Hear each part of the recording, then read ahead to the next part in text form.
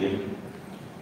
Semoga amal ibadah kita di bulan suci Ramadan dan ibadah kita di dalam bulan Syawal berupa puasa Syawal dan lain-lain diterima Allah Subhanahu wa Ta'ala, dan dengan amal ibadah yang diterima itu kita mendapatkan rahmat Allah dan redha Allah.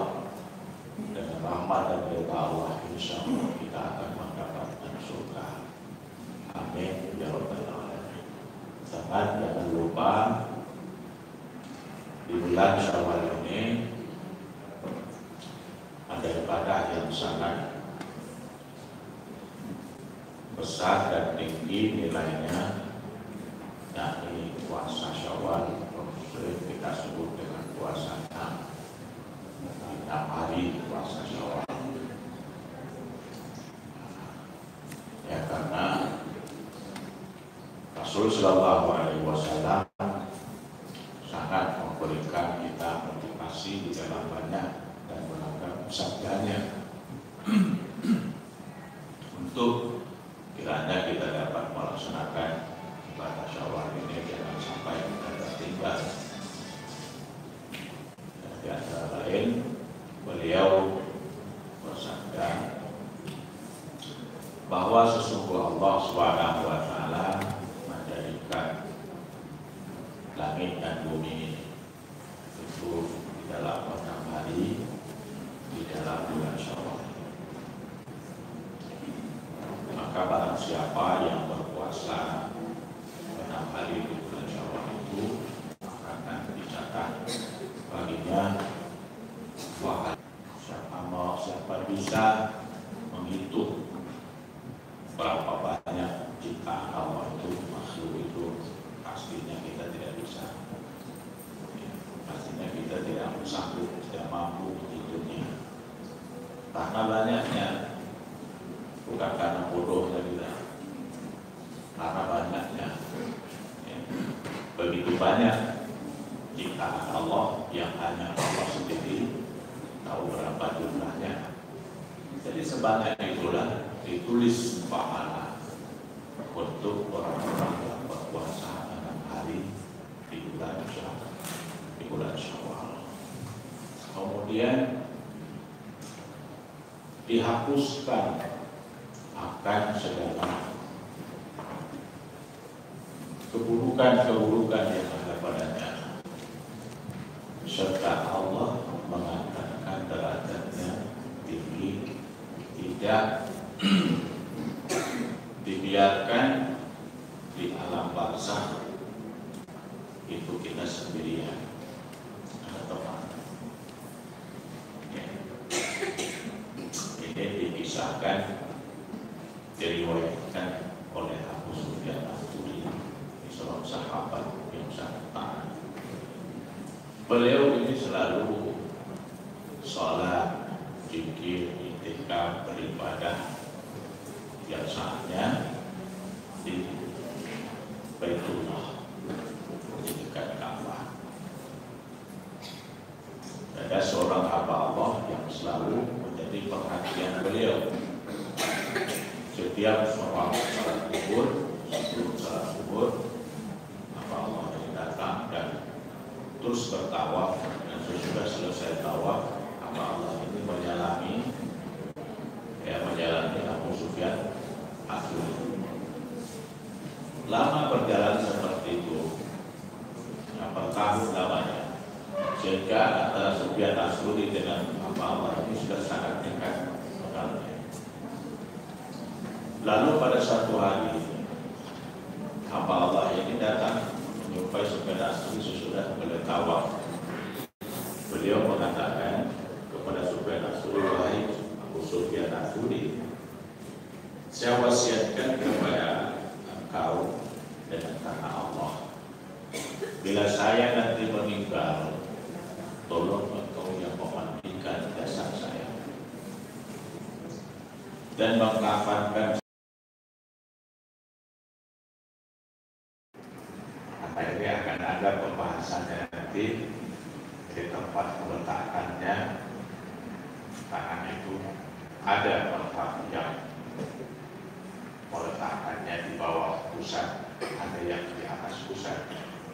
Maka ada di sini al-fawdiha, meletakkan tangan kanan di atas tangan kiri dengan menempatkannya di bawah pusat atau di atasnya. Ya. Jadi nanti kita akan melihat siapa yang di bawah dan siapa yang di atas. Artinya siapa yang di bawah pusat, siapa yang di atas pusat. Ya.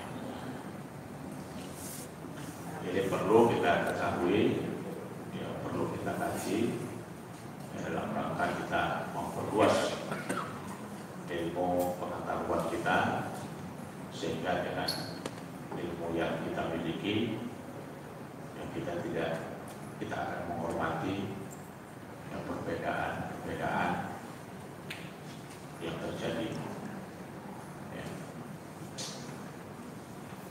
Sebaliknya kalau kita tidak mengetahui, kita tidak punya ilmu tentang perbedaan, lalu kita ngotot dengan apa yang kita tahu saja, sehingga selalu kita menyalahkan orang, menghukum orang dengan keburukan, dengan kejahilan dan kebodohan kita. Ini adalah kesalahan. Ya. Maka perlu kita ketahui dengan benar, ya, luas dalam satu masalah dalam agama kita, sehingga lahirlah saling menghargai yang satu dengan yang lain di atas perbedaan-perbedaan.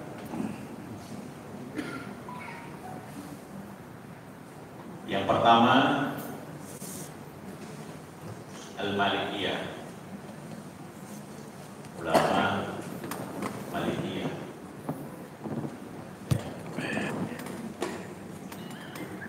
Wada'al yadil yumna 'ala al-yusra fawqa as-safati wa tahta as-sadri.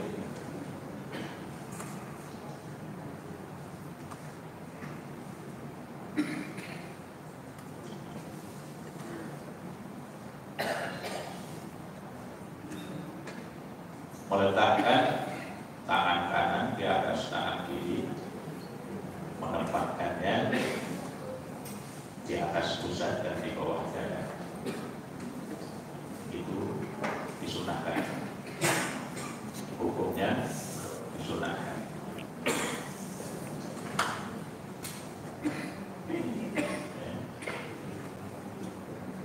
Al-Malikiyah mengatakan bahwa sesungguhnya meletakkan tangan